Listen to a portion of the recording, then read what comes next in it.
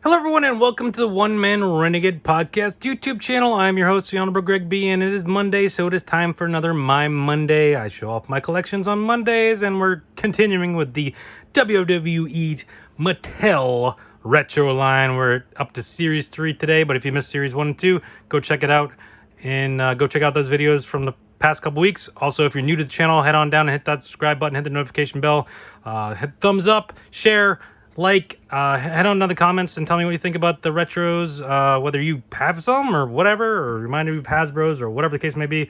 Also, check out the links where you can check out my podcast and my social media. But without any further ado, let's move on to Series 3. So now Series 3 came out, and they ramped up the production a little bit, and they changed things a little bit. Now, you may notice up there, all of a sudden, these were 12 plus, which is weird because why would these have to be for 12-year-olds plus? They seem like they're pretty normal toys. I think the previous two series were 6 plus, maybe, and maybe that's just because they're small parts. I don't remember what the Hasbro's were, probably like 4 plus. I definitely had them. I wasn't that young. I was still LJN when I was that young, but still, I feel like a lot of younger kids had Hasbro's back in the day, and there was no problem. So, but why is this 12 plus? Well, I think it's because of this. So they started including these little codes for the Mayhem app, which just seems dumb, but whatever. They also started including these standee things that you're supposed to stand the guys on. I guess they figured a lot of older collectors were picking these up, nostalgia reasons. It wasn't so much the kids getting these to play with. It was the older people that had the Hasbro's, that were trying to, relive their nostalgia and kind of whatever. So a lot of people were just displaying them, not exactly playing with them. So they put in these little standees and cool. But no, they're terrible. The guys don't even stand in them from what I've seen. They're pretty useless and they're terrible. But also the Mayhem game, I think, is on an app, so it's online, and there's reasons behind that I think that's why it's 12 plus. So there's a little code that you get that you can, I don't even know, download, unlock Superstars and play. So whatever. But so also with Series 3, and I'll be honest, I had Series 1, I had Series 2, I'd picked them up. Then all of a sudden, I think Series 3, 4, and 5 all came out real quick, right together. But Series 3 was definitely overproduced because these things are still in stores. You can still find these in stores. The Ambrose, for sure, I keep seeing in stores, especially since he's not Dean Ambrose anymore. He's moved on to be John Moxley.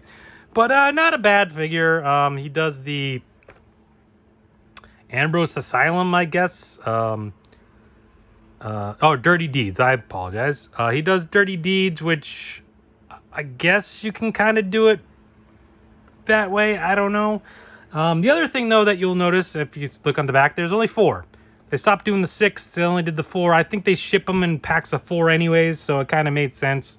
So they wouldn't short print anyone or anything. But yeah, so there's Dean Ambrose starting things off.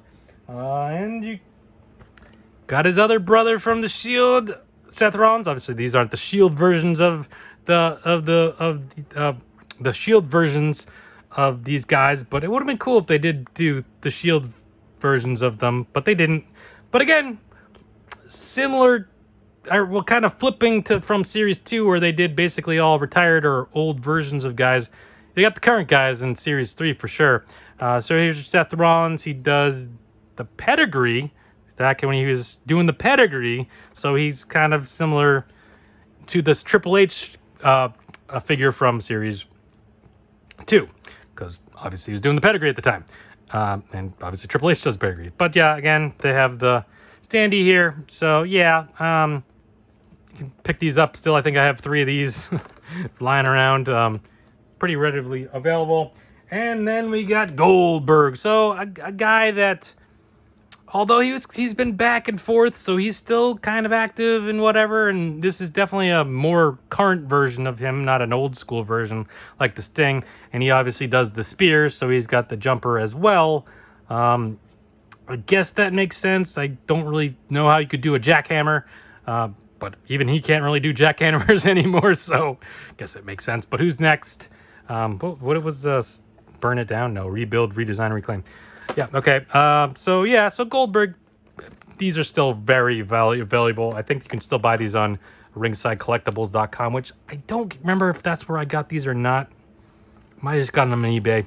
I know I got some of these on ringsidecollectibles.com and some of them on eBay. And then finally, we got AJ Styles. He's probably out of... this box is a little banged up a little bit, unfortunately, but he's probably out of the four of these, the most valuable of the four. A little bit more valuable, not like crazily, but certainly more so.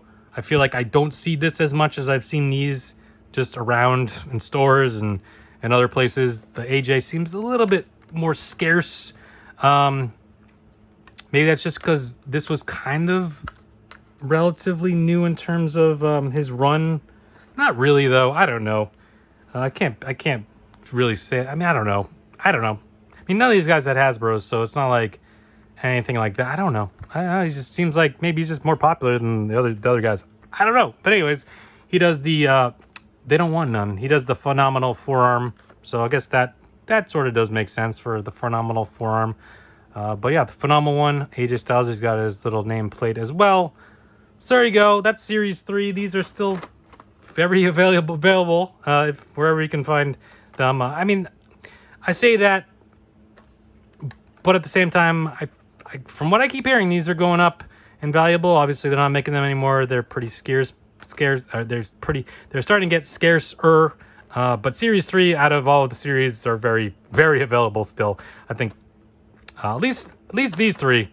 The AJ maybe not as much, but certainly if you look around enough, if you look hard enough, you can. If you look not too hard, you can probably find them pretty easily on eBay, Amazon. I think these are still available. Some of these are still available in Ringside Collectibles as well. You might even be able to find them at Walmart, Target or something. I don't know. But yeah, there we go. That's Series 3. We'll be back next week with Series 4.